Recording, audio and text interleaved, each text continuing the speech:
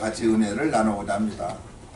오늘 새 본문 말씀은 약함과 낮아짐에 관한 통찰의 말씀이에요. 그리고 그것을 깨닫는 것이 진정한 지혜라고 말씀하고 있습니다.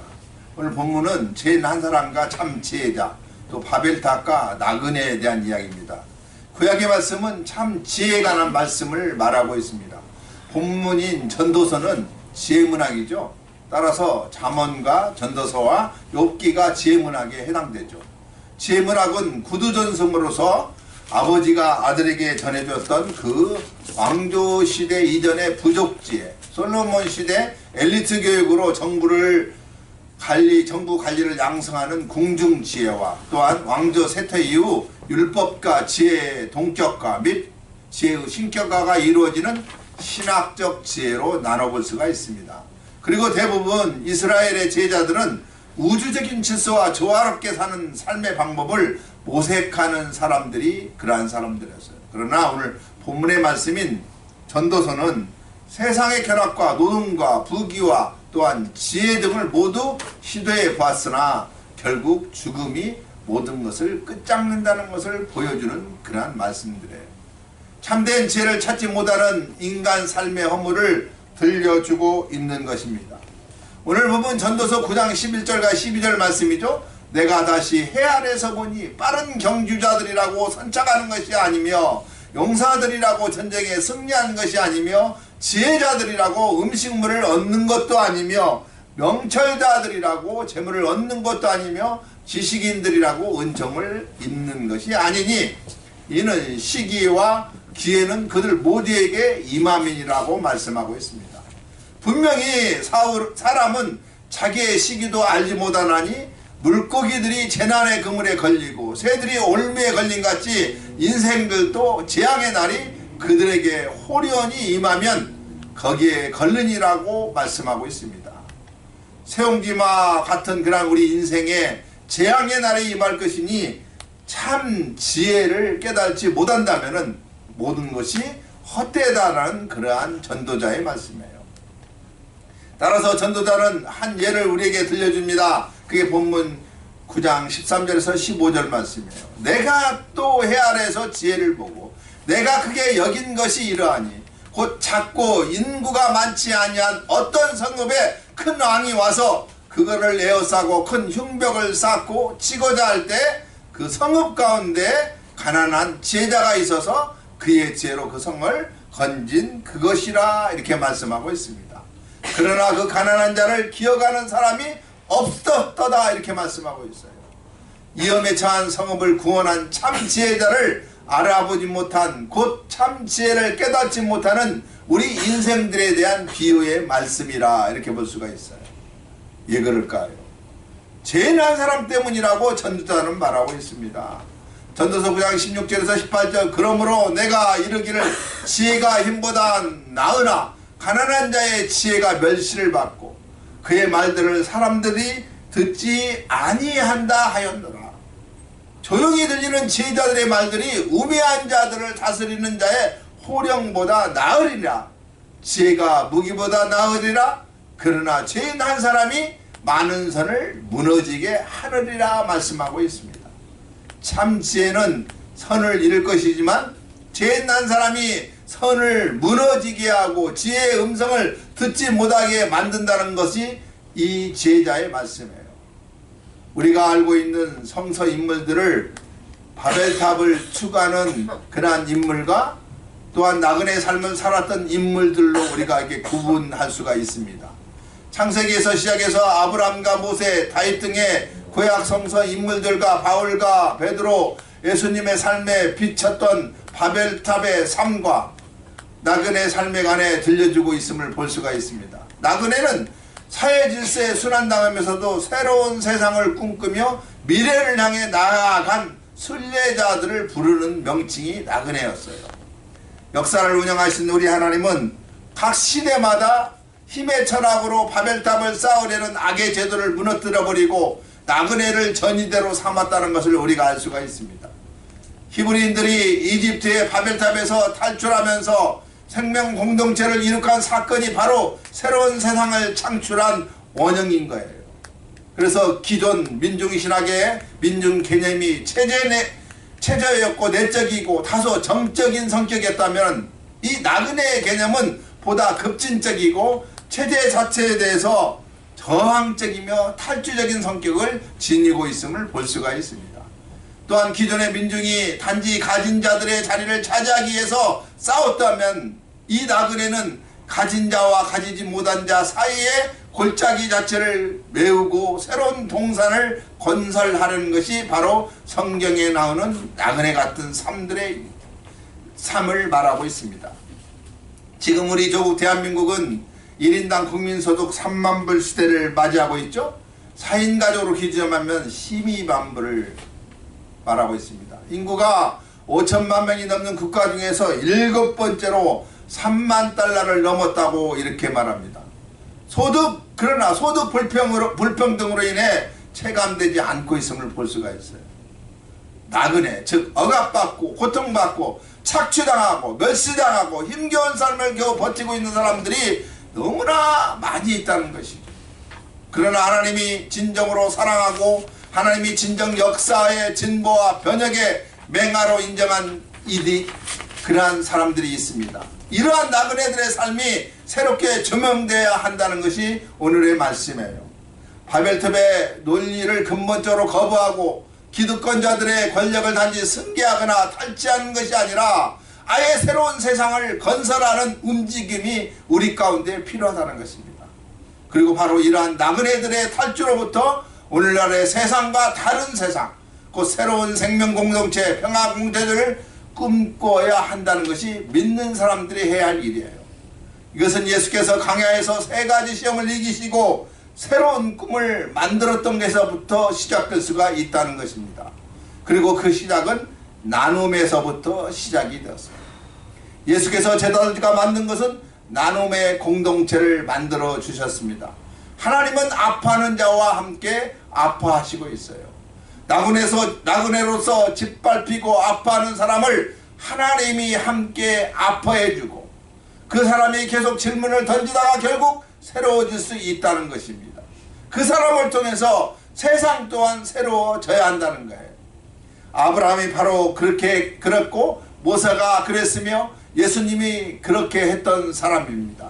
따라서 예수님은 하나님의 독생자로 이 세상에 온 것이 아니라 세상에 아파하고 아파하다가 하나님과 하나가 된 것이다 이렇게 말할 수가 있어요.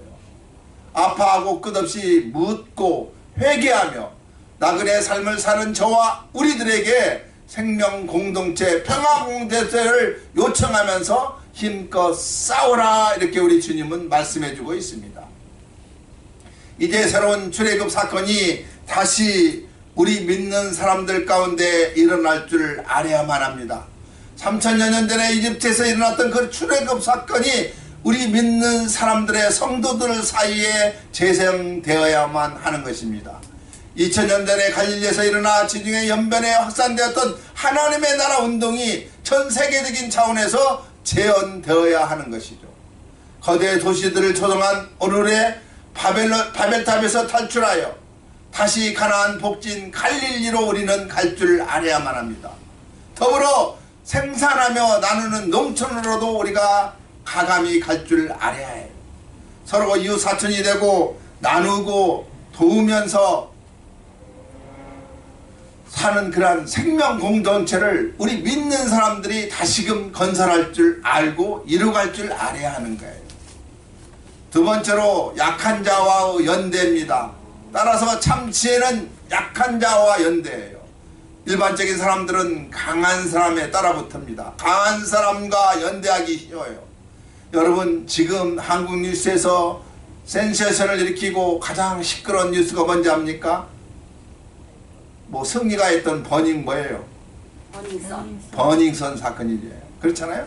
그거는 쉽게 해서 강한 자의 연대를 표시하고 있어요. 사도 바울이 잘 말해주고 있습니다. 누가 약하면 내가 약하지 아니하며 누가 실족하게 되면 내가 애타지 아니하더라. 내가 부득불 자랑할진대 내가 약한 것을 자랑하리라. 고린도서 11장 29절에서 30절에 말씀하고 있죠. 고린도서는 복잡한 구성으로 되어 있습니다.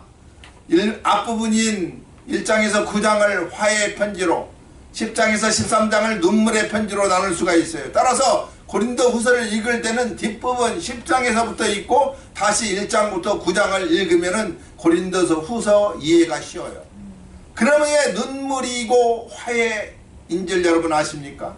싸움이 났으니 눈물이고 다시 오해가 풀렸으니 화해된 거 아니겠습니까? 그럼 왜 싸움이 났을 것 같아요? 고린도 교인들이 사도 바울을 오해했기 때문에 그렇다는 것입니다. 바울을 가짜 사도다, 믿을 수 없는 사람이다 등등 가짜 뉴스를 퍼날랐던 사람들이 있기 때문에 그래요.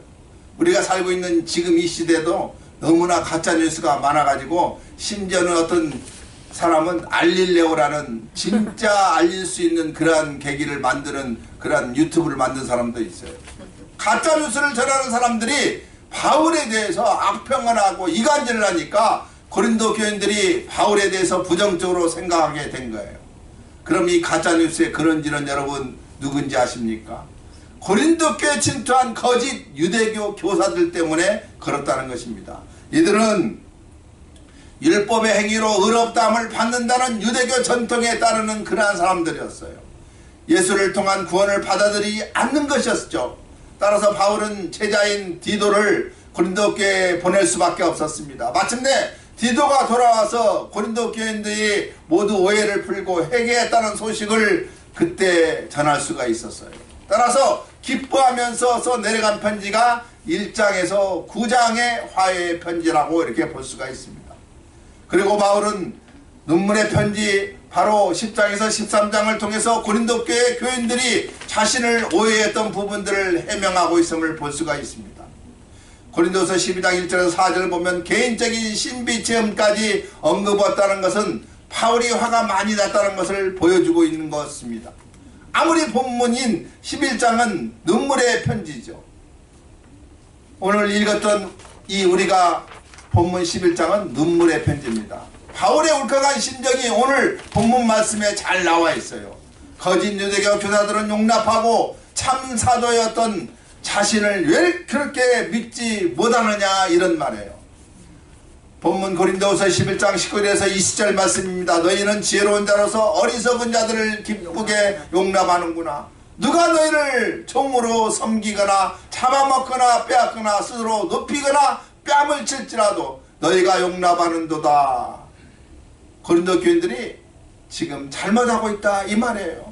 참 지혜를 소유한 고린도 교인들이 바벨탑의 가치를 지닌 거짓 선생들을 용납하고 받아들였다 이런 말이에요. 그리고 바울을 오해했다 이런 말입니다. 고린도 교인들에 대한 안타까움이 있어요. 바울의 서글픈 심정을 계속해서 한번 들어보겠습니다. 11장 21절이죠. 나는 우리가 약한 것 같이 욕되게 말하노라. 그러나 누가 무슨 일을 담대하면 어리석은 말이나마 나도 담대하리로다. 말이 참 어렵죠. 공동번역으로 하면은 쉽게 번역이 되어 있습니다. 19절부터 다시 한번 공동번역을 한번 읽어주겠습니다. 어리석은 사람들을 그렇게 잘 받아주니까 여러분은 어지간히도 똑똑합니다. 누가 여러분을 종으로 삼아도 그만, 잡아먹어도 그만, 착취해도 그만, 깔보아도 그만, 뺨을 때려도 그만, 여러분은 그저 참아주기만 하니 말입니다. 부끄럽게도 나는 너무 약해서 그런 짓까지는 하지 못했습니다. 그러나 누가 무슨 자랑을 한다면 나도 그와 똑같은 자랑을 해보겠습니다.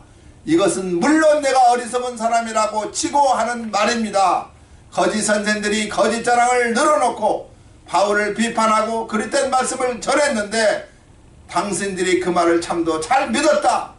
그러나 봐라, 내가 이런 사람이다, 자랑할 게 많다, 뭐 이런 의미가 담겨있는 말씀이라고 볼 수가 있어요. 자, 그럼 바울의 자랑을 한번 들어보겠습니다. 이것도 공동번역으로 제가 한번 설명을 하겠어요. 고린도후서 11장 22절에서 27절 말씀. 그들이 히브리 사람들입니까? 나도 그렇습니다. 그들이 이스라엘 사람입니까? 나도 그렇습니다. 그들이 아브라함의 후손입니까? 나도 그렇습니다. 그들이 그리스도의 일꾼입니까? 미친 사람의 말 같겠지만은 사실 나는 그리스도의 일꾼으로서는 그들보다 낫습니다. 나는 그들보다 수고를 더 많이 했고 감옥에도 더 많이 갇혔고 때로는 매도 수도 없이 맞았고 죽을 뻔한 일도 여러 번 있었습니다. 유대인들에게 40에 하나를 감한 매를 5번이나 맞았고 몽둥이로 맞은 것이 3번, 돌에 맞아 죽을 뻔했던 것이 1번, 파산을 당한 것이 3번이고 밤낮 하루를 꼬박 바다에서 표류한 일도 있습니다. 자주 여행을 하면 강물의 위험과 강도의 위험, 동족의 위험과 이방인의 위험과 도시의 위험과 강해의 위험과 또한 바다의 위험과 가짜 교우의 위험 등 온갖 위험을 다 겪었습니다. 그리고 노동과 고역에 시달렸고 수없는 밤을 뜬 눈으로 세웠고 줄이고 목말랐으며 여러 번 굶고 주위에 떨며 헐벗은 일도 있었습니다. 얼마나 짠한 얘기예요. 그런데 이야기를 가만히 들어보면은 바울의 모든 일은 복음사역 곧 약한 자들과의 연대를 위해서 당한 고통이었음을 볼 수가 있습니다. 그리고 그것은 교회를 위한 염려였음을 볼 수가 있어요. 이런 일들을 제쳐놓고라도 나는 매일같이 여러 교회들에 대한 걱정에 짓눌려서 고통을 당하고 있다고 고린도후서 11장 28절에 그렇게 기록하고 있습니다. 그렇습니다. 교회의 본질이 여러분 무엇인지 잘 보여주는 사도 바울의 고민의 내용의 말씀이에요. 약한 자들과 연대, 그것이 바로 교회의 본질입니다. 바벨탑을 쌓는 거짓 교사들을 시기하고 분열을 일삼지만은 진정한 예수의 제자들은 약한 자와 연대하는 것이 진정한 예수의 제자들이에요. 오늘의 성경 속에 하비루라는 사실을 알 수가 있습니다. 여기서 하비루라는 강을 건너온 자라는 뜻으로 히브리족 속에 기온을 하비루라 이렇게 말해요. 억눌렸던 하비루들이 이집트 쪽 폭정을 박차고 탈출하면서 정의와 평화의 공동체로 이루었다는 출애굽 사건을 통해서 오늘의 하루비였던 저와 여러분 우리들의 인류의 새 내일을 여는 역사적 주체로서 우뚝 설 수 있다는 믿음이 저와 여러분에게 있다고 말씀하고 있는 것입니다. 하나님은 억눌리고 수탈당하는 약자와 더불어 그의 뜻이 이루어지는 생명문화 공동체를 이루고 하셨다는 성서의 증언이 바로 여기에 있다는 것이죠. 창세기 2장에서 11장까지 있는 이른바 원역사에서 갈릴리 청년 예수에게 이르기까지 히브리 민중의 도도한 생명사랑에서 우리는 인류의 희망을 볼 수가 있는 것입니다. 세 번째는 낮아짐의 연대입니다. 오늘 신약 본문의 말씀인 또 다른 연대, 낮아짐의 연대에 관한 말씀을 마태복음에서 말씀하고 있습니다. 마태복음 23장 1절에서 7절 말씀에 예수께서 무리와 제자들에게 말씀하여 이르시되 서기관들과 바리새인들이 모세의 자리에 앉았으니 그러므로 무엇인지 그들이 말하는 말은 행하고 지키되 그들이 하는 행위는 본받지 말라. 그들은 말만 하고 행하지 아니하면 또 무거운 짐을 묶어 사람의 어깨에 지우되 자기는 이것을 한 손가락으로도 움직이려 하지 아니하며 그들의 모든 행위를 사람에게 보이고자 하나니 곧 그 경문 띠를 넓게 하여 옷을 길게 하고 잔치의 윗자리와 회당의 높은 자리와 시장에서 문안받는 것과 사람에게 납비라 칭함을 받는 것을 좋아하니라고 오늘 본문은 그렇게 설명하고 있습니다. 서기관들과 바리새인들의 외식하는 모습을 본받지 말고 그들의 말하는 바는 행하고 지키라 이런 말씀이에요. 그리고 예수님은 낮아짐의 연대에 관해 이렇게 말씀하고 있습니다. 왜냐하면 하늘에 계신 아버지를 섬기는 우리 모두는 한 형제이기 때문이다 이렇게 말씀하고 있어요. 누가 높고 누가 낮고가 있겠어요. 그런데 바벨탑을 추구하던 사람들은 수직적 계층을 만들어서 계급사회를 지향하고 있습니다. 마태복음 23장 8절에서 12절 그러나 너희는 납비라 칭함을 받지 말라. 너희 선생님은 하나요 너희는 다 형제니라. 땅에 있는 자를 아버지라 하지 말라. 너희 아버지는 한 분이시니 곧 하늘에 계신 이시니라. 또한 지도자라 칭함을 받지 말라. 너희의 지도자는 한 분이시니 곧 그리스도시니라. 너희 중에 큰 자는 너희를 섬기는 자가 되어야 하리라. 누구든지 자기를 높이는 자는 낮아지고 누구든지 자기를 낮추는 자는 높아지리라. 오늘 본문의 말씀이죠. 우리 어렸을 때 우리 민족의 한이 뭡니까? 아리랑이잖아요. 그래서 아리랑 고기를 넘으면서 가슴에 품어야 했던 한을 이렇게 말합니다. 나는 한이란 삶을 짓밟는 악한 그러한 세력을 향한 영혼에 꺼질 줄 모르는 분노의 불길이요, 못다산 삶에 대한 꿈을 끊을 수 없는 미련의 줄이요, 사람다운 삶을 살게 해달라는 영원한 호소라고 말하고 싶습니다. 민중교육의 목적이란 민중과 더불어 그의 뜻이 지배하는 하나님의 나라를 이룩하려고 오늘도 역사 속에서 일하시는 야훼 하나님을 만남으로 인하여 민중으로 하여금 새 역사 창조 대업의 주체가 되도록 협조하는 그러한 일을 말하고 있습니다. 더욱이 무엇보다도 민중신앙을 하려면 한 맺힌 무리들의 후예로 태어나서 그 한을 호흡하면서 살아야 한다고 고백해온 민중의 한을 추구하는 신학자들이 많이 있습니다. 그 자신이 한 맺힌 자가 되어야 하고, 그 자신의 삶이 한 뿌리 삶이 되어야 하고, 그 자신의 한을 풀어서 새날을 이루어야 하는 한의 사자가 되어야 함을 보여주고 있습니다. 믿는 우리들은 정말 낮아지는 그러한 본이 되어야만 합니다. 따라서 민중 교육의 목표는 민중을 버림받는 자들이 아니라 서로를 이로하고 더 나아가서 스스로 새날을 꿈꾸고 창조해 나가는 역사의 증거로 만드는 것이 우리 믿는 자의 그러한 참 교육이라 이렇게 말합니다.